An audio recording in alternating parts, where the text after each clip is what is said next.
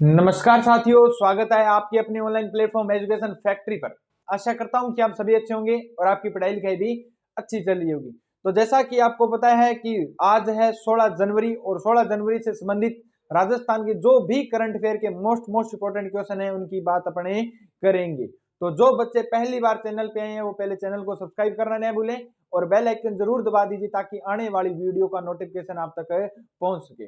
दूसरा, इस क्लास की जो पीडीएफ है वो आपको टेलीग्राम और व्हाट्सएप चैनल के माध्यम से मिलेगी, जिसका लिंक डिस्क्रिप्शन में दिया गया है। अपने बात करते हैं कि जो अपनी क्लास का मेन मोटिव क्या है कि पहले जो कल वाली क्लास को रिपीट करना और फिर आगे वाली क्लास जारी रखना। तो पहले अपने कल वाली क्लास रिपीट करेंगे, फिर कंटिन्यू आज वाली क्लास में अपने हिस्ट्री से संबंधित, कल्चर से संबंधित और ज्योग्राफी से संबंधित जो भी बातें हैं वो आपको पूरी की पूरी बताई जाएगी। तो कॉपी पेन लेकर क्या है कि तैयार रहना, क्योंकि जो भी क्वेश्चन कराऊंगा और आने वाले एग्जामों में 100% पूछा जाएगा। तो अपने कल वाली बात करते हैं। तो पहला क्वेश्चन है कि कल अपना जो पहला क्वेश्चन था वो क्या था कि राजस्थान कि भीलवाड़ा जिले के किस गांव को राज्यपाल स्मार्ट विलेज, याद रखना, राज्यपाल स्मार्ट विलेज की पहल के तहत चयनित किया गया था। कौन सा गांव? डोलीखेड़ा गांव। कौन सा गांव था? डोलीखेड़ा गांव। नेक्स्ट अपने बात करें तो राजस्थान की किस महिला को नागपुर में आयोजित माहेश्वरी संगठन की सभा में शक्ति वंदनम, कौन सा पुरस्कार? शक्ति वंदनम पुरस्कार से क्या किया गया था? सम्मानित किया गया था। याद रखना कौन सा पुरस्कार? शक्ति वंदनम। सिद्धि सोमानी जोहरी को, किसे? सिद्धि सोमानी जोहरी को क्या किया गया था? सम्मानित किया गया था। नेक्स्ट क्वेश्चन की बात करें तो हाल ही में राजस्थान के पोखरण में किस मिसाइल का सफल परीक्षण किया गया है? तो किस मिसाइल का? नाग मिसाइल का क्या किया गया? सफल परीक्षण किया गया। नेक्स्ट क्वेश्चन की बात करें तो गो स्नेह पात्र पक्षी दाना अभियान का शुभारंभ किसके द्वारा किया गया है? तो अपने पशुपालन मंत्री है जोराराम जी कुमावत के द्वारा क्या किया गया? इसका शुभारंभ किया गया है। नेक्स्ट क्वेश्चन की बात करें तो हाल ही में सीकर में 1000 से ज्यादा पीपल के पेड़ लगाने का इंडिया बुक ऑफ रिकॉर्ड्स में किसका नाम दर्ज किया गया है? तो डॉक्टर वीके जैन का क्या है? नाम दर्ज किया गया। नेक्स्ट क्वेश्चन की बात करें तो राजस्थान में लाडेसर अभियान की शुरुआत किस जिले से की गई है? तो जयपुर जिले से की गई है। किस जिले से की गई है? जयपुर जिले से की गई है। नेक्स्ट क्वेश्चन की बात करें तो हाल ही में जयपुर के सम्यक जैन और लोचन गुरु बखानी ने कार्यक्रम में हिस्सा लिया है, जिसे उन्होंने नरेंद्र मोदी के समक्ष अपने विचार प्रस्तुत किए। तो कौन से कार्यक्रम में भाग लिया उन्होंने? भारत यूथ लीडर डायलॉग में क्या लिया उन्होंने? भाग लिया है। तो मैंने कल भी बताया था कि एक प्रतियोगिता रखी गई थी जिसमें निबंध लेखन से संबंधित था, अपने क्विज भी दी गई थी। तो 2 लाख बच्चों की हुई थी और उसमें मात्र 39 बच्चों को क्या है सम्मिलित किया गया था। और उनमें अपने राजस्थान के कौन थे? सम्यक जैन और लोचन गुरु बखानी थे। कौन थे? लोचन गुरु बखानी एक लड़की का नाम है। तो ये क्या है? शामिल है थी वे। ये अपने बात करें तो 2047 तक जो भारत मोदी जी ने क्या है कि विकसित भारत का जो लक्ष्य लिया है उसके बारे में क्या है कि अपने जो विचार है वो क्या करेंगे? मोदी जी के साथ क्या करेंगे? साझा करेंगे भी। क्या विचार होने चाहिए? कैसे अपने भारत को विकसित बनाया जा सकता है 2047 तक जो संकल्प रखा है उसके अंदर। तो ये अपने जो कल के क्वेश्चन थे वो क्या हो गए? कंप्लीट हो गए। अब अपने करेंगे आज से मोस्ट इंपोर्टेंट क्वेश्चन है, आज जितने भी 16 जनवरी से निकले हैं उनकी बात अपने करेंगे। तो कॉपी पेन लेकर तैयार रहें क्योंकि ज्योग्राफी, हिस्ट्री, कल्चर उनके भी बातें अपने की जाएगी। और नेक्स्ट अपने बात करते हैं आज का जो पहला क्वेश्चन है। आज का पहला क्वेश्चन क्या है कि भारत की पहली औपचारिक मौसम वेधशाला, कौन सी? औपचारिक मौसम वेधशाला किस वर्ष और कहां पर स्थापित की गई थी? तो 1875 में जयपुर में स्थापित की गई थी। कहां पर स्थापित की थी? 1875 में जयपुर में स्थापित की गई थी। याद रखना 16 जनवरी, कब? 16 जनवरी 2025 को। कब? 16 जनवरी 2025 को अपने जो मौसम वेधशाला है इसको 150 साल क्या हो चुके हैं? कंप्लीट हो गए हैं स्थापित किए हुए। तो अपनी 150वीं जयंती या 150 जो अपना स्थापना दिवस है वो कौन मना रहा है आज? औपचारिक मौसम वेधशाला क्या है कि जो जयपुर में है अपनी, उसका क्या है? 150 स्थापना दिवस है बनाया जा रहा है। अपने पूरी की पूरी मौसम विभाग के बारे में जानकारी बात करेंगे। कौन कहां पर स्थापित पहले हुई थी, किसने किया था? तो नोट करना क्या कर दो? प्रारंभ कर दो। अपने भारत में सर्वप्रथम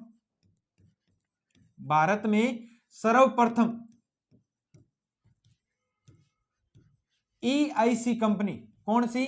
EIC company, east India company ने, किसने?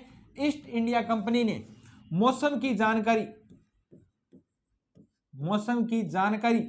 तथा मौसम का अध्ययन के लिए मौसम के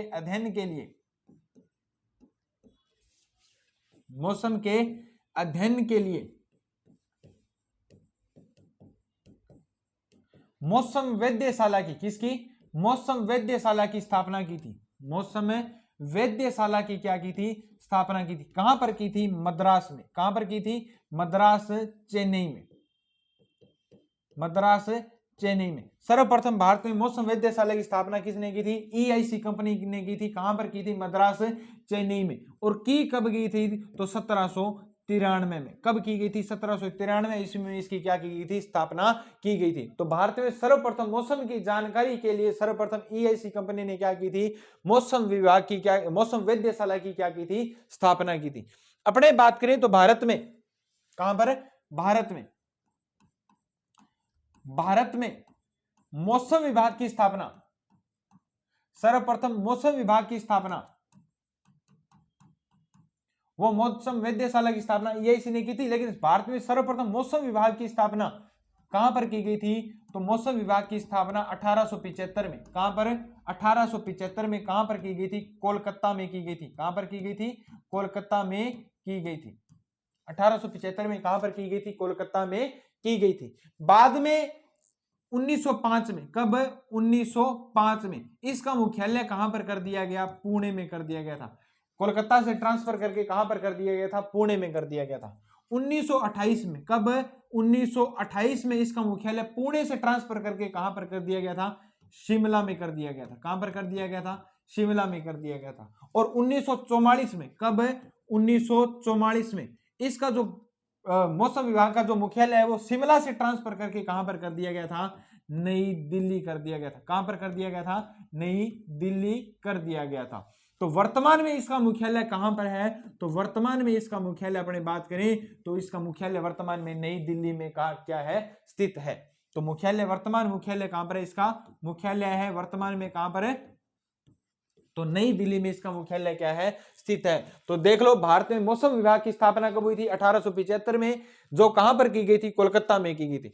कोलकाता से इसको ट्रांसफर कब किया गया? 1905 में, पुणे में। और 1905 के बाद 1928 में इसको ट्रांसफर कहां पर कर दिया गया था? शिमला में। और अपने बात करें तो शिमला से ट्रांसफर कहां पर किया गया था? 1944 में दिल्ली में कर दिया गया था। और वर्तमान में इसका मुख्यालय कहां पर है? दिल्ली में। अभी नई दिल्ली में इसका मुख्यालय स्थित है। इतनी बातें क्या इस मौसम विभाग के बारे में याद रखना। मौसम विभाग का प्रथम रिपोर्टर, मौसम विभाग का जो प्रथम रिपोर्टर था वो किसको बनाया गया था? बेल्फोर्ड को। किसको? बेल्फोर्ड को।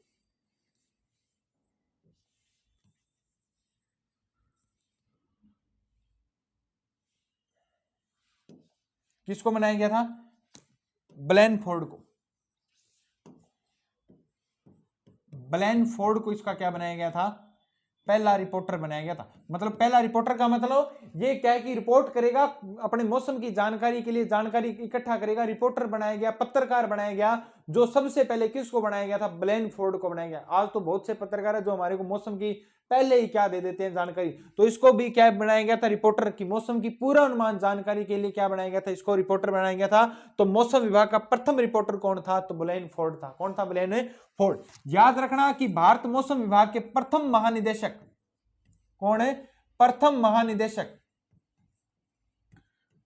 महानिदेशक किसको बनाया गया था? इलियट को बनाया गया था। तो प्रथम महानिदेशक कौन थे? इलियट थे। कौन थे? इलियट क्या थे? प्रथम महानिदेशक थे। याद रखना कि भारत के मौसम विभाग के वर्तमान महानिदेशक कौन है? तो वर्तमान महानिदेशक, क्योंकि प्रथम याद है तो महानिदेशक वर्तमान भी पता होने चाहिए। तो वर्तमान महानिदेशक कौन है? तो मृत्युंजय महापात्रा है। कौन है? मृत्युंजय महापात्रा।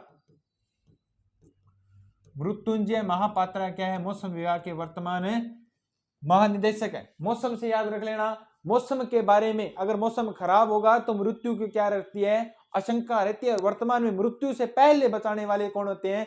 भगवान जैसे शिव है तो उनको मृत्युंजय कहा जाता है। तो वर्तमान में महानिदेशक भी कौन है? मृत्युंजय महापात्रा है। भी याद रखना, वर्तमान में महानिदेशक कौन है? मृत्युंजय महापात्रा। जिस प्रकार मौसम की पहले जानकारी दी जाती है, तो मौसम की जानकारी अगर ना दे तो मृत्यु हो सकती है, और उसी प्रकार मौसम अपनी जानकारी देने वाले कौन है? मृत्युंजय महापात्रा, जो पूर्व महानिदेशक है किसके? मौसम विभाग के क्या है? महानिदेशक है वर्तमान में। याद रख लेना इतनी बातें मौसम विभाग में। अपने बात करें तो राजस्थान में, क्योंकि इंडिया की बात कर ली तो राजस्थान की जो बात है, तो राजस्थान में मौसम वेधशाला, तो मौसम वेधशाला मतलब जो मौसम विभाग है उसी की ब्रांच मौसम वेधशाला, क्योंकि हर राज्य में एक ब्रांच होती है मौसम की, वो पूरे राज्य का मौसम का पूर्वानुमान हमारे को बताती है। तो राजस्थान में मौसम वेधशाला की स्थापना कब की गई थी? 1875 में। कहां पर की गई थी? जयपुर में। और जयपुर में कहां पर की गई थी? तो नटाणी का बाग। कौन सा बाग? नाटाणी का बाग। कौन सा बाग है? याद रखना, नाटाणी का बाग में इसकी क्या की गई थी? स्थापना की गई थी 1947 में। कब? 1947 में इसे ट्रांसफर करके कहां पर कर दिया? जयपुर एयरपोर्ट पर। कहां पर कर दिया? जयपुर एयरपोर्ट पर। तो वर्तमान में जो अपना मौसम वेधशाला है वो कहां पर है? जयपुर एयरपोर्ट में, जिसे 1947 में क्या किया गया था? ट्रांसफर। और इसकी स्थापना कब हुई थी? 1875 में, जयपुर में नटाणी का बाग। कहां पर की गई थी? नटाणी का बाग। ये क्वेश्चन इसलिए इंपोर्टेंट है क्योंकि एक तो है नटाणी का बाग जहां पर क्या की गई थी? मौसम वेधशाला की क्या की गई थी? स्थापना की गई थी। एक अपने राजस्थान में कल्चर से संबंधित याद है तो नटनी का चबूतरा है। कौन सा चबूतरा? नटनी का चबूतरा। कौन सा चबूतरा है? नटनी का चबूतरा, जो किस झील के अंदर बना हुआ है? पिछोला झील के अंदर। कौन सी झील के अंदर है? पिछोला झील के अंदर क्या बना हुआ है? नटनी का चबूतरा।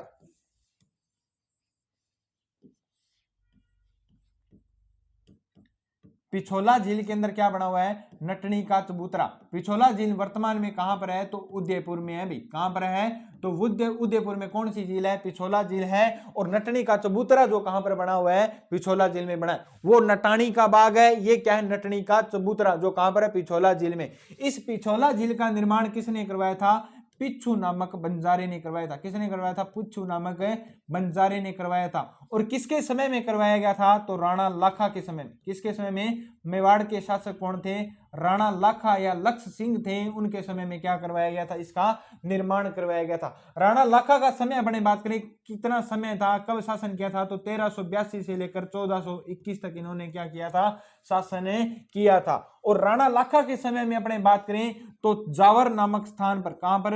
जावर में क्या निकली थी? चांदी निकली थी। तो चांदी की सबसे बड़ी जो खान है एशिया की, वो कहां पर है? जावर में है। कहां पर है? जावर में। एशिया की सबसे बड़ी खान कहां पर निकली थी? जावर में। किसके समय में निकली थी? राणा लाखा के समय में निकली थी। याद रखना, राणा लाखा के जो पुत्र का नाम था मोक्कल था। भी क्या था? मोक्कल था। जो किसका पुत्र था? हंसाबाई का पुत्र था। किसका था? हंसाबाई का पुत्र था। ये मैंने इतना क्या बता दिया आपको राणा लाखा के बारे में। एक याद रख लेना, राणा लाखा का ज्येष्ठ पुत्र था जिसका नाम क्या था? राणा चुंडा। क्या नाम था? राणा चुंडा, जिसे राजस्थान का क्या कहते हैं? जिसे मेवाड़ का क्या कहते हैं? भीष्म पितामह कहते हैं। मेवाड़ का क्या कहते हैं? भीष्म पितामह। मेवाड़ का भीष्म पितामह भी कहा जाता है। तो ये हिस्ट्री से संबंधित मैंने पूरा का पूरा जो भी क्या है कि इससे संबंधित था वो पूरा का पूरा खंगाल कर आपको बता दिया है। तो क्वेश्चन आपका मौसम विभाग से कोई भी क्वेश्चन आ जाए वो गलत है नहीं होना चाहिए, क्योंकि ये जो मैंने बताया है ये पुणे वाले, शिमला वाले, नई दिल्ली वाले, ये राजस्थान एग्रीकल्चर सुपरवाइजर एग्जाम 2018 में पूछा गया है। और 2021 में भी क्वेश्चन आया था कि ये सबसे पहले कहां पर स्थापित किया गया था? कोलकाता में स्थापित किया गया था। तो वापिस से क्वेश्चन की चर्चा करते हैं कि भारत की पहली औपचारिक वेधशाला कहां पर है? तो कहां पर स्थापित की गई थी? तो 1875 में जयपुर में। तो 16 जनवरी 2025 को इसको कितने साल हो गए? 150 साल क्या हो गए? कंप्लीट हो चुके हैं। और पूरा का पूरा हिस्ट्री बता दी। सबसे पहले EIC कंपनी ने स्थापित की थी 1793 में। कहां पर? मद्रास, चेन्नई में। मौसम विभाग की स्थापना 1875 कोलकाता में की गई थी, 1905 में पुणे में, 1928 में शिमला में। पूरा का पूरा बता दिया कि रिपोर्टर ब्लैनफोर्ड था, महानिदेशक कौन थे? पहले इलियट थे, वर्तमान में मृत्युंजय पात्र है। ये पूरी की पूरी मैंने बातें बता दी।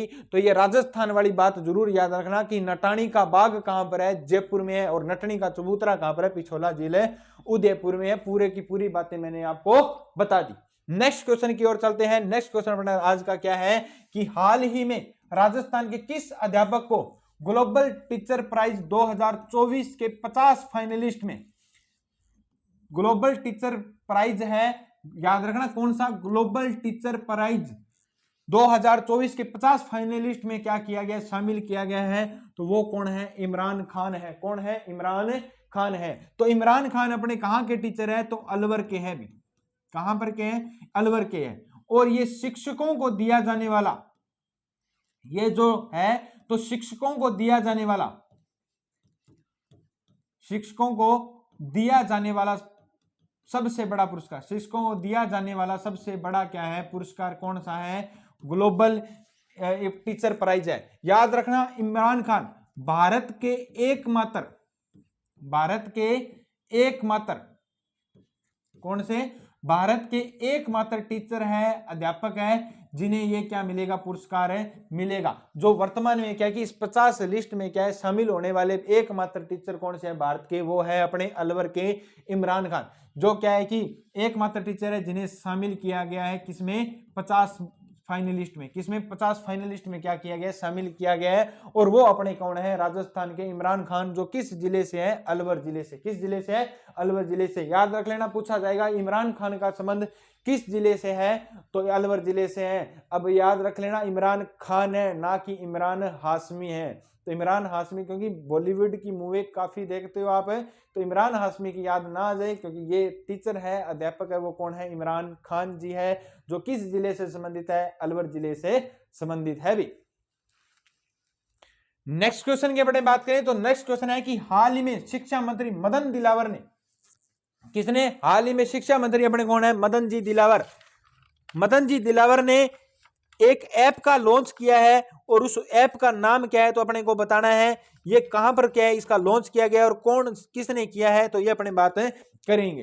तो जो ये क्या है कि हाल ही में शिक्षा मंत्री मदन जी दिलावर ने शिक्षा संस्कृत पाठ्यक्रम से संबंधित, किससे, संस्कृत पाठ्यक्रम से संबंधित निःशुल्क शिक्षक अध्ययन के लिए कौन सा ऐप लॉन्च किया है। निःशुल्क संस्कृत विभाग से संबंधित जो भी पाठ्यक्रम होते हैं उसके लिए निःशुल्क शिक्षा दी जाएगी, उसके लिए ऐप लॉन्च किया है। वो किसने किया है, मदन जी दिलावर ने। शिक्षा मंत्री कौन है, स्कूली शिक्षा मंत्री अपने कौन है, मदन जी दिलावर ने क्या है कि ये ऐप लॉन्च किया है। और उस ऐप का नाम क्या है, यूथ पाठशाला ऐप। कौन सी पाठशाला ऐप है, यूथ पाठशाला ऐप क्या किया है, लॉन्च किया है। और किया कब है, तो 15 जनवरी को। कब किया गया है, 15 जनवरी 2025 को इस ऐप को क्या किया गया है, लॉन्च किया गया है। और लॉन्च कहां पर किया गया है, तो महाराजा, कहां पर किया है, तो महाराजा आचार्य, कहां पर किया है, महाराजा आचार्य संस्कृत महाविद्यालय। कहां पर किया गया है, महाराजा आचार्य संस्कृत महाविद्यालय जयपुर में। कहां पर किया गया है, संस्कृत महाविद्यालय जयपुर में इसका क्या किया गया है, इस ऐप को लॉन्च किया गया है। जो किसके लिए, संस्कृत पाठ्यक्रम से संबंधित निःशुल्क शिक्षा के लिए क्या ऐप है। इस ऐप का नाम जरूर याद रखना, यूथ पाठशाला ऐप। और जो पहला मैंने ऐप लिखा है नेवा ऐप, कौन सा ऐप है, नेवा ऐप। ये अपनी विधानसभा, इस ऐप में क्या है कि विधानसभा डिजिटलीकृत, विधानसभा का डिजिटलीकृत किया जाएगा, इसलिए कौन सा ऐप लॉन्च किया गया था, नेवा ऐप लॉन्च किया गया। तो दोनों ऐप याद रख लेना, क्योंकि मोस्ट इंपॉर्टेंट है और आने वाले एग्जामों में पूछे जाएंगे।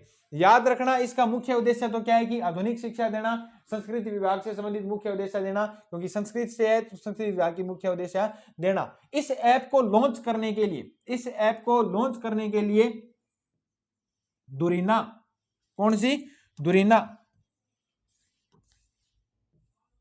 इस ऐप को लॉन्च करने के लिए दुरीना,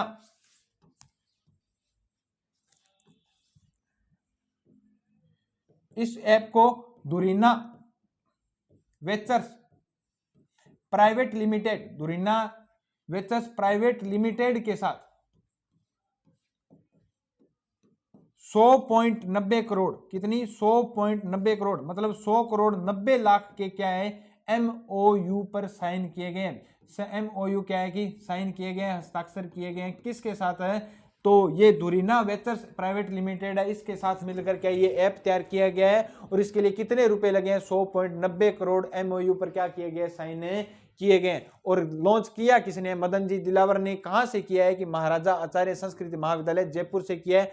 कब किया है, तारीख याद रखना 15 जनवरी 2025 को क्या किया गया है, ये ऐप लॉन्च किया गया है। मुख्य ऐप है कि हाल ही में शिक्षा मंत्री मदन दिलावर ने संस्कृत पाठ्यक्रम से संबंधित निःशुल्क अध्ययन के लिए कौन सा ऐप लॉन्च किया है।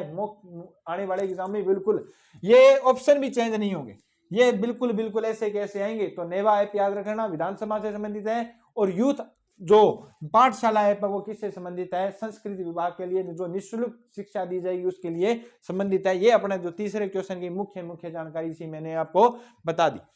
नेक्स्ट अपने बात करें तो किस जिला विधिक सेवा प्राधिकरण के द्वारा बाल विवाह रोकने के लिए, किसके लिए, बाल विवाह रोकने के लिए अभियान अभी नहीं अभियान की शुरुआत की गई है।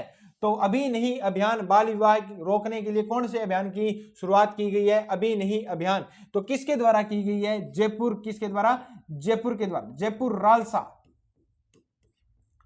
राजस्थान राज्य विधिक सेवा प्राधिकरण, विधिक सेवा प्राधिकरण जयपुर के द्वारा क्या किया गया है, ये अभियान चालू किया गया है, अभियान शुरू किया गया। कौन सा, कि बाल विवाह अभी नहीं अभियान, कि बाल विवाह को रोकने के लिए कौन सा अभियान चालू किया गया है उसका, तो अभी नहीं अभियान शुरू किया गया है। बाद नेक्स्ट अपने बात करें तो इसकी जो थीम है वो क्या है, थीम याद रखना, इसकी थीम क्या है, तो थीम है कि पहले सपने साकार।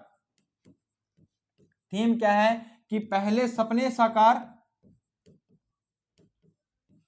फिर शादी पर विचार, पहले सपने साकार फिर शादी पर विचार। ये किसकी थीम है, तो ये बाल विवाह रोकने के लिए जो थीम है वो है जो किसने लॉन्च किया है, तो रालसा राज्य राजस्थान राज्य विधिक सेवा प्राधिकरण ने क्या है लॉन्च किया है। जो अभी नहीं अभियान की थीम क्या है कि पहले सपने साकार फिर शादी पर विचार। लेकिन आजकल तो उल्टा चल रहा है कि पहले शादी पर विचार और फिर सपने साकार। सीधी सी बात है कि आजकल सभी पापा की परियां और सभी क्या है मम्मी के लाडेसर हैं, क्योंकि लाडेसर अभियान भी चल रहा है और पापा की प्रिया अभियान तो सोशल मीडिया पर काफी दिनों से चल रहा है।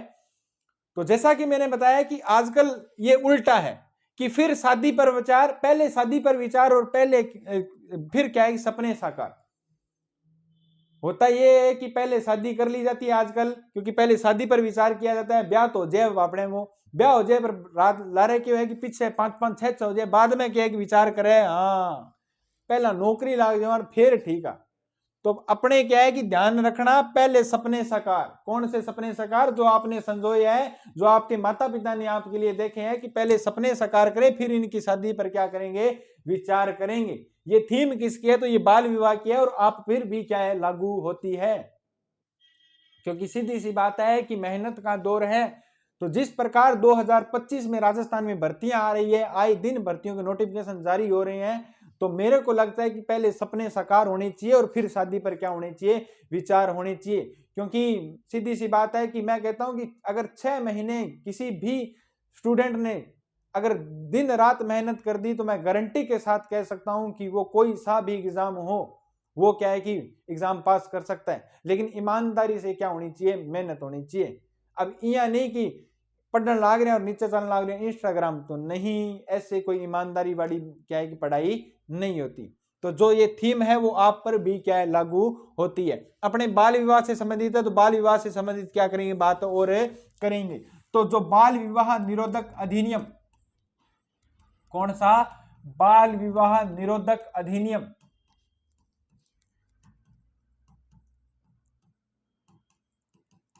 बाल विवाह निरोधक अधिनियम 1929 में, कब, 1929 में लागू हुआ। किसके प्रयासों से, तो किसके प्रयासों से हुआ था, तो आर्य समाज के एक बड़े सारे कार्यकर्ता थे चांदकरण शारदा। किसके प्रयासों से, तो चांदकरण शारदा के नाम क्या है कि प्रयासों से क्या हुआ था, अजमेर के थे चांदकरण शारदा, अजमेर के। तो इनके प्रयासों से क्या हुआ था, बाल विवाह निरोधक अधिनियम क्या हुआ था, लागू हुआ था। और इस अधिनियम को एक नाम और दे दिया गया, शारदा एक्ट नाम दे दिया गया। क्या दे दिया गया, शारदा एक्ट नाम दे दिया गया। याद रखना बाल विवाह निरोधक अधिनियम में जो लड़की है उसकी उम्र रखी गई थी 14 वर्ष। कितनी रखी गई थी, 14 वर्ष रखी गई थी। और लड़के की उम्र कितनी रखी गई थी, 18 वर्ष। कितनी रखी गई थी, 18 वर्ष रखी गई थी 1929 के अधिनियम में। लेकिन बाल विवाह अधिनियम 2006, कौन सा अधिनियम, 2006 अधिनियम,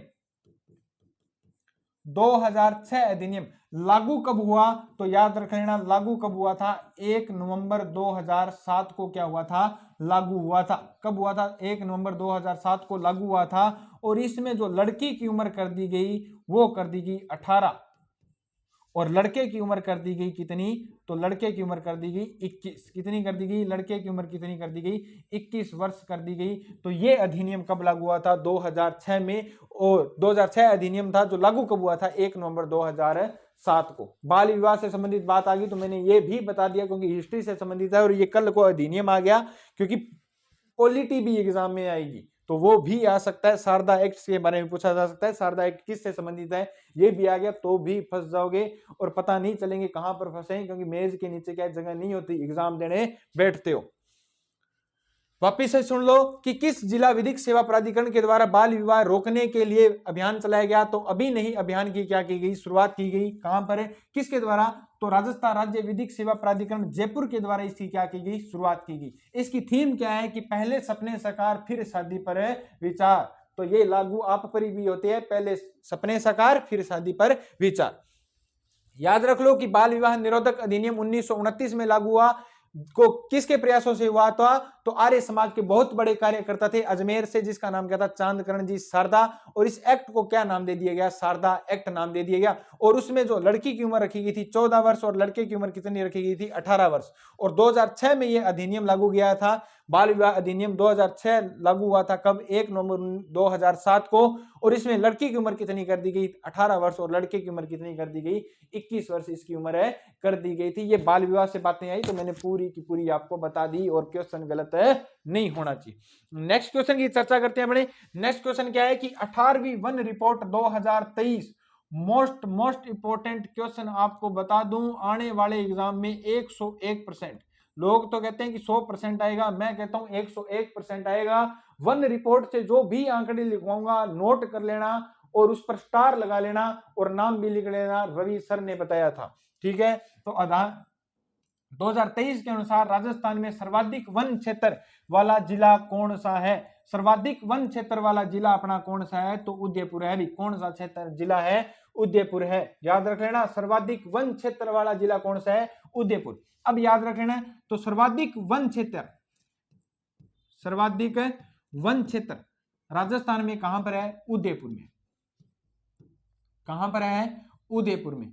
अगर आपसे पूछा जाए कि सर्वाधिक प्रतिशत, सर्वाधिक प्रतिशत में वन, प्रतिशत में वन कहां पर है, तो वो भी कहां पर है, उदयपुर में। कहां पर है, उदयपुर में। अगर सर्वाधिक क्षेत्र पूछा जाए तो भी, अगर प्रतिशत में पूछा जाए तो भी उदयपुर है। दोनों का आंसर क्या है, उदयपुर ही होगा। अब अपने बात कर ली सर्वाधिक की कर ली, तो न्यूनतम वन क्षेत्र, न्यूनतम वन क्षेत्र, तो वर्तमान में राजस्थान में न्यूनतम सबसे जो वन है वो कहां पर है, चूरू में है। कहां पर है, चूरू में। जो पिछली 17वीं जो वन रिपोर्ट आई थी 2021 वाली, उसमें सबसे वन जो कम बताए गए थे वो जोधपुर में बताए गए थे, लेकिन वापिस से क्या है, चूरू में आ गए। तो न्यूनतम वन क्षेत्र कहां पर है, चूरू में। अगर न्यूनतम प्रतिशत में वन क्षेत्र पूछे, प्रतिशत में वन क्षेत्र न्यूनतम कहां पर है, तो वो भी कहां पर है, चूरू में। याद रख लेना प्रतिशत में भी पूछे तो भी चूरू, और न्यूनतम वन क्षेत्र वैसे पूछे वर्ग किलोमीटर में पूछे तो भी चूरू में है सबसे कम। अगर याद रखना, सीधी सी बात याद रखना, सबसे ज्यादा वन कहां पर है, उदयपुर में। सबसे कम वन है चूरू में। चाहे प्रतिशत में पूछ ले चाहे वर्ग किलोमीटर में पूछ ले, तो दोनों में सबसे क्या है कि कम चूरू में है और सबसे ज्यादा किस में है, उदयपुर में। याद रखना वन कितने प्रकार के होते हैं, तो वन होते हैं 3 प्रकार के। वन कितने प्रकार के होते हैं, वन 3 प्रकार के होते हैं। अगर आपने जो वन क्षेत्र वाला टॉपिक नहीं है तो मैं आपको बता दूं, नहीं किया है तो आज पूरी की पूरी बातें बता दूं। वन कितने प्रकार के होते हैं, तो वन होते हैं 3 प्रकार के। कौन से वन, पहले होते हैं आरक्षित वन। कौन से वन होते हैं, आरक्षित वन। दूसरे अपने बात करें तो दूसरे होते हैं रक्षित वन। कौन से वन होते हैं? रक्षित वन। और तीसरे होते हैं अवर्गीकृत वन। कौन से वन होते हैं? अवर्गीकृत वन होते हैं। कौन से वन होते हैं? अवर्गीकृत वन होते हैं। अब ये तीनों के बारे में बातें लिखवाऊंगा, वो पूरी की पूरी नोट कर लेना। तो वन कितने प्रकार के होते हैं? 3 होते हैं, आरक्षित, रक्षित और अवर्गीकृत वन। सबसे पहले अपने बात करते हैं आरक्षित वन की। किसकी बात करते हैं? आरक्षित वन की। हेडिंग डालो, क्या है? आरक्षित वन। कौन सा वन है? आरक्षित वन। तो पहला जो है आरक्षित वन अपने बात कर लेते हैं। आरक्षित वन की बात कर लेते हैं। तो आरक्षित वन है जो राजस्थान में, तो आरक्षित वन अपने बात करें तो राजस्थान में ये वन क्या होते हैं? इन वनों में, याद रखना, इन वनों में पशुचारण, लकड़ी काटना, शिकार मतलब अखेट, अखेट निषिद्ध, ये क्या है कि प्रतिबंध होता है। ना तो आप लकड़ी काट सकते इन वनों में, ना ही क्या है कि आप पशु चरा सकते, और ना ही शिकार कर सकते। वही वन कौन से कहलाते हैं? आरक्षित वन कहलाते हैं। कौन से कहलाते हैं? आरक्षित वन कहलाते हैं। अपने बात करें तो आरक्षित वन अपने राजस्थान में आरक्षित वन का क्षेत्रफल कितना है? तो 12,178.03 वर्ग किलोमीटर। कितना है? अपने आरक्षित वन का जो क्षेत्रफल है वो कितना है राजस्थान में? 12,178.03 किलोमीटर। ये नई रिपोर्ट के अनुसार है, नया आंकड़ा है, नोट कर लो। तो 12,178 अपने क्या है राजस्थान में क्षेत्रफल है। दूसरा अपने बात करें तो ये कितने परसेंट पर वन पाए जाते हैं? याद रखना, राजस्थान में कितने प्रतिशत पर अवर्गीकृत वन पाए जाते हैं? आएगा क्वेश्चन, 100% आएगा। तो कितने परसेंट पर पाए जाते हैं? तो 36.99% पर क्या पाए जाते हैं? ये 36.99% पर क्या है क्षेत्रफल में क्या है कि ये वन पाए जाते हैं। कितने परसेंट क्षेत्रफल में अपने वर्ग आरक्षित वन है? तो 36.99% क्या है अपने जो आरक्षित वन है। कौन से वन है? आरक्षित वन। याद रख लेना, आरक्षित वन अपने राजस्थान में किस जिले में सर्वाधिक है? तो उदयपुर जिले में सर्वाधिक है। किस जिले में सर्वाधिक है? उदयपुर जिले में क्या है? सर्वाधिक है। याद रख लेना, मोस्ट इंपोर्टेंट क्वेश्चन बता रहा हूं, ये जितने भी है वन लाइनर क्वेश्चन है और आने वाले एग्जामों में 100% पूछा जाएगा। चाहे आपके ज्योग्राफी से संबंधित पूछ ले, चाहे करंट से संबंधित पूछ ले, क्वेश्चन जरूर आएगा ये। दूसरे अपने जो वन है वो कौन से है? रक्षित वन। कौन से वन है? रक्षित वन। उनकी बात अपने कर लेते हैं।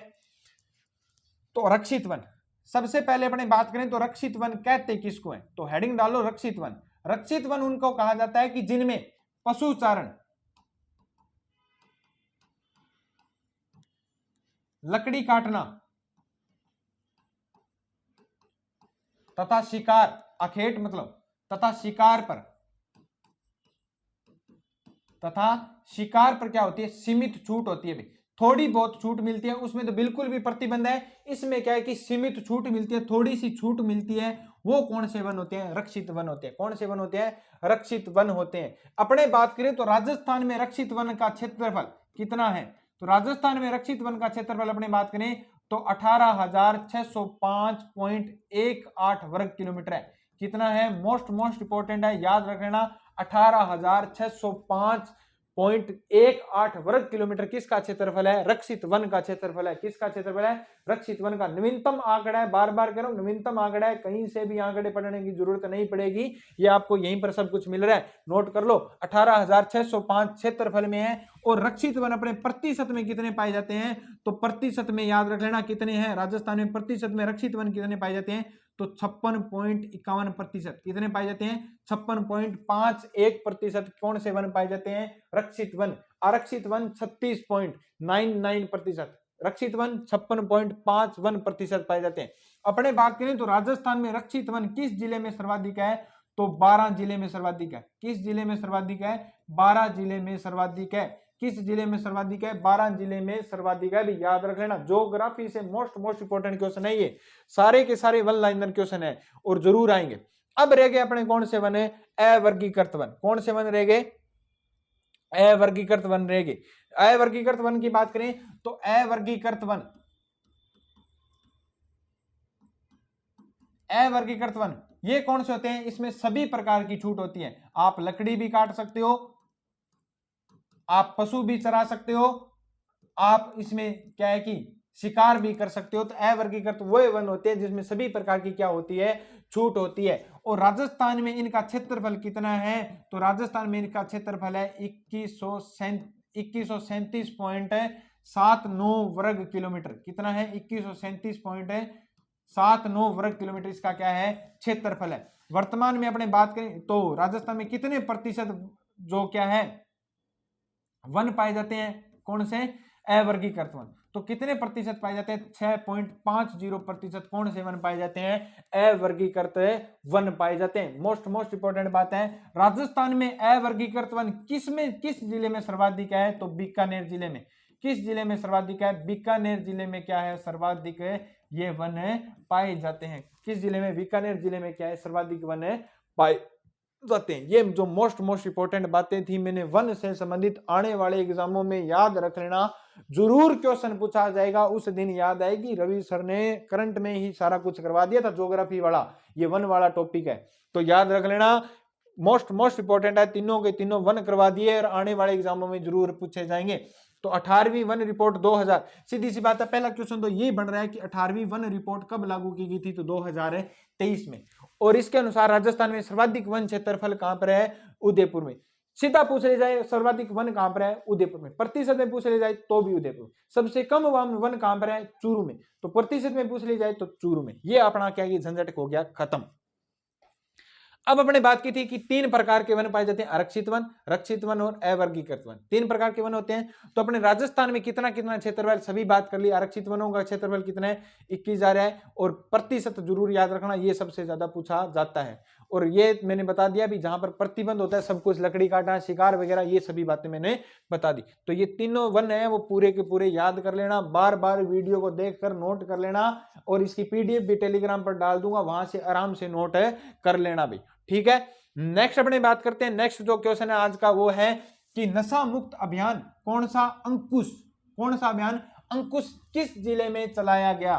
तो अंकुश अभियान किस जिले में चलाया गया था, बीकानेर जिले में। किस जिले में चलाया गया था, बीकानेर जिले में। और इसकी क्या है कि 16 जनवरी को ये क्या है कि ये अभियान क्या हो गया, समाप्त हो गया। इस अभियान के क्या है, समापन कर दिया गया। कौन सा अभियान है, अंकुश। सीधा पूछा जाएगा नशा मुक्त अंकुश अभियान किस जिले में चलाया गया था, तो बीकानेर में। अपने गंगानगर में भी कौन सा अभियान चल रहा है, तो नशा मुक्त अभियान चल रहा है। कौन सा अभियान चल रहा है, नशा मुक्त अभियान किस जिले में चल रहा है, तो श्री गंगानगर जिले में चल रहा है। ये इस क्वेश्चन से मोस्ट इंपोर्टेंट बातें थी, मैंने आपको बता दी। आज का अंतिम क्वेश्चन कौन सा अपना, और आज का अंतिम क्वेश्चन है ये कि 8वीं बॉक्सिंग, मोस्ट इंपोर्टेंट क्वेश्चन है, 8वीं बॉक्सिंग चैंपियनशिप में राजस्थान के हर्ष चौधरी ने कौन सा पदक जीता है। तो 8वीं बॉक्सिंग चैंपियनशिप में राजस्थान के हर्ष चौधरी ने कौन सा पदक जीता है, तो कांस्य पदक जीता है, रजत पदक, सॉरी कौन सा पदक जीता है, कांस्य पदक जीता है, ब्रॉन्ज मेडल जीता है। कौन सा पदक मेडल जीता है, ब्रॉन्ज मेडल। कौन सा मेडल जीता है, ब्रॉन्ज मेडल जीता है। कौन सा मेडल जीता है, ब्रॉन्ज मेडल है जीता है, कांस्य पदक है जीता है। याद रख लें, ये 8वीं जो बॉक्सिंग चैंपियन है, इसका आयोजन कहां पर हुआ था, तो इसका आयोजन हुआ था बरेली में। कहां पर हुआ था, बरेली में। बरेली में, बरेली कहां पर है, यूपी में। याद होगा कि मेरा झुमका गिरा रे कहां पर है, बरेली के बाजार में। वही बरेली बाजार में क्या हुआ था, बरेली में, बाजार में नहीं, वही बरेली में क्या हुआ था, 8वीं बॉक्सिंग चैंपियन का क्या हुआ था, आयोजन हुआ था। और जिसमें भाग लिया था किसने, राजस्थान के हर्ष चौधरी ने भाग लिया था। हर्ष चौधरी अपने बात करें तो वर्तमान में उप कारापाल की, किसकी, उप कारापाल की क्या कर रहे हैं, ट्रेनिंग कर रहे हैं। क्या कर रहे हैं, उप कारापाल की क्या कर रहे हैं, ट्रेनिंग कर रहे हैं। इनका प्रशिक्षण चल रहा है, किसका, हर्ष चौधरी का, वर्तमान में। याद रखना, इन्होंने किस कैटेगरी में ये ब्रॉन्ज मेडल जीते हैं बॉक्सिंग में, तो ये बॉक्सिंग की 85 से 90 किलो में, किसमें, 85 से 90 किलो में क्या जीते हैं, ये मेडल जीते हैं। कितने, 85 से 90 किलो में क्या जीते हैं, ये मेडल जीते हैं। किसने, हर्ष चौधरी ने। किसमें, 8वीं बॉक्सिंग चैंपियनशिप में कौन सा मेडल जीता है, ब्रॉन्ज मेडल जीता है। कौन सा मेडल जीता है, ब्रॉन्ज मेडल जीता है। अब अपने क्या, आज के क्वेश्चन हो गए खत्म। आज से अपने एक चीज स्टार्ट करने जा रहे हैं, और डेली क्या है कि स्टार्ट करने जा रहे हैं, जो क्या है, एजुकेशन डोज। डेली के डेली आपको एक डोज दी जाएगी। जिस प्रकार डॉक्टर डोज नहीं देता क्या आपको, उसी प्रकार रवि सर भी आज को आपको क्या देंगे, एजुकेशन की क्या देंगे, डोज देंगे। क्या देंगे? एजुकेशन की डोज, डेली की डेली डोज दी जाएगी। और वो डेली की डेली डोज क्या काम भी करनी चाहिए। वो डोज क्या दी जाएगी कि राजस्थान के जितने भी आपको मंत्री है वो मंत्री डेली की डेली आपको बताई जाएगी भी कौन सा मंत्री कौन है, कौन उच्च न्यायालय का अब वर्तमान में जस्टिस है, वो पूरी के पूरी बताई जाएगी। तो राजस्थान में जो भी क्वेश्चन आते हैं मंत्रियों से संबंधित वो भी गलत नहीं होने चाहिए। डेली के डेली लिखवाऊंगा और वो डेली के डेली क्या होने चाहिए? याद होने चाहिए। अब अपने जो पहला है कि मुख्य न्यायाधीश कौन है वर्तमान में, राजस्थान के मुख्य न्यायाधीश कौन है? राजस्थान उच्च न्यायालय के जो मुख्य न्यायाधीश है 42वें, कितने नंबर के? 42वें। वो कौन है? तो अपने बात करें तो वर्तमान में जो कौन है तो जस्टिस कौन है? जस्टिस मनिंदर मोहन, जस्टिस मनिंदर मोहन श्रीवास्तव है। कौन है? जस्टिस मनिंदर मोहन श्रीवास्तव, मनिंदर मोहन श्रीवास्तव, श्रीवास्तव। ये क्या है? वर्तमान में अपने क्या है? मुख्य न्यायाधीश। अभी कौन है मुख्य न्यायाधीश? राजस्थान उच्च न्यायालय हाईकोर्ट जोधपुर के क्या है ये वर्तमान में 42 में जस्टिस है। वो कौन है? जस्टिस मनिंदर मोहन श्रीवास्तव। याद रखना, न्याय कौन करते हैं? भगवान करते हैं, श्री कृष्ण करते हैं। और श्री कृष्ण को क्या कहते हैं? मोहन कहते हैं। क्या कहते हैं? मोहन कहते हैं, मुरलीवाला कहते हैं। तो अपना न्याय भी कौन कर रहे हैं राजस्थान में? मोहन श्रीवास्तव कर रहे हैं। तो ट्रिक याद कर लेना, न्याय कौन करते हैं? कृष्ण जी करते हैं, तो मोहन कहते हैं कृष्ण जी को। और वर्तमान में राजस्थान उच्च न्यायालय के जस्टिस भी कौन है? मोहन श्रीवास्तव है। क्या है? मोहन श्रीवास्तव। नेक्स्ट अपने बात करें तो राजस्थान के महाधिवक्ता कौन है? तो वर्तमान में राजस्थान में अपने महाधिवक्ता की बात करें तो महाधिवक्ता राजेंद्र प्रसाद गुप्ता, राजेंद्र प्रसाद गुप्ता है। कौन है? राजेंद्र प्रसाद गुप्ता। याद रख लेना, राजेंद्र प्रसाद गुप्ता क्या है? वर्तमान में राजस्थान के क्या है? महाधिवक्ता। क्वेश्चन हर एग्जाम में पूछा जाता है, इसीलिए मैं डोज तैयार करके लाया हूं। डेली के डेली रट्टे मारोगे तो पूरा रट्टा चढ़ जाएगा। तो राजस्थान के महाधिवक्ता कौन है वर्तमान में? राजेंद्र प्रसाद गुप्ता है। अपने मुख्य सचिव कौन है? राजस्थान के मुख्य सचिव कौन है जो 44वें नंबर के? तो कौन है? सुधांशु पंत है। कौन है? सुधांशु पंत। कौन है? सुधांशु पंत है। कौन है? सुधांशु पंत। राजस्थान में वर्तमान में जो मुख्य सचिव है वो कौन है? सुधांशु पंत है। तो ये क्या है? अपने राजस्थान के वर्तमान में मुख्य सचिव है। अपने बात करें तो वर्तमान में आरपीएससी, राजस्थान लोक सेवा आयोग, आरपीएससी, सीधी सी बात कह दी, आरपीएससी, राजस्थान लोक सेवा आयोग के वर्तमान में अध्यक्ष कौन है? तो वर्तमान में जो अध्यक्ष है वो अपने बात करें तो कौन है? तो वर्तमान में है जो संजय कुमार क्षत्रिय। कौन है? संजय कुमार क्षत्रिय। वर्तमान में क्या है? लोक सेवा आयोग, राजस्थान लोक सेवा आयोग आरपीएससी के क्या है? अध्यक्ष है। क्या है? आरपीएससी के अध्यक्ष है। ये डोज दे दी, डेली के डेली 4 लिखूंगा और चारों के चारों अगले दिन पूछे जाएंगे। और रट्टा अगले दिन पूछे जाएंगे, मतलब कमेंट में बताने हैं अगले दिन। तो याद रख लेना, कभी भी आपको पूछा जा सकता है, आपके लिए किया जा रहा है। ठीक है, तो ये क्या है कि आपकी आज की क्लास क्या होती है? समाप्त। अब अपने क्या है कि जो कल क्वेश्चन पूछा था वो कि भारतीय आदिवासी पार्टी की स्थापना कब हुई थी? तो भारतीय आदिवासी की स्थापना कब हुई थी? सितंबर 2023 में इसकी क्या हुई थी? स्थापना हुई थी। क्या हुई थी? सितंबर आदिवासी पार्टी 2023 में क्या हुई थी? स्थापना हुई थी। और इसको अभी क्या है कि राज्य पार्टी का क्या दिया गया? दर्जा दिया गया है। नेक्स्ट अपने बात करें कब दिया गया? 13 जनवरी को। याद रखना, तारीख याद रखना, 13 जनवरी 2025 को। नेक्स्ट आज का जो क्वेश्चन है आपको कमेंट में बताना है कि हाल ही में नाग मिसाइल का प्रशिक्षण कहां पर किया गया है? नाग मिसाइल का प्रशिक्षण कहां पर किया गया? ये क्वेश्चन आपको बताना है, आंसर कमेंट में जरूर बताना। ये थी अपनी क्लास। तो जो बच्चों अच्छी क्लास लगी है तो thank you for watching. Channel को सब्सक्राइब करना नहीं भूले, लाइक जरूर कर दीजिए, शेयर जरूर कर दीजिए और घंटे वाला बटन भी जरूर दबा दीजिए। साथ में कमेंट भी अच्छा सा करना कि कमेंट क्या है कि आंसर तो बताना है और साथ में अच्छा सा भी कमेंट भी क्या है बताना है। तो सारी बातें याद रखना, सब्सक्राइब, लाइक, शेयर, घंटी वाला बटन और क्या करना चाहिए आपको? कमेंट करना चाहिए। तो ये अपनी आज की क्लास क्या होती है? समाप्त होती है। मिलते हैं नेक्स्ट क्लास में। जय हिंद, जय भारत।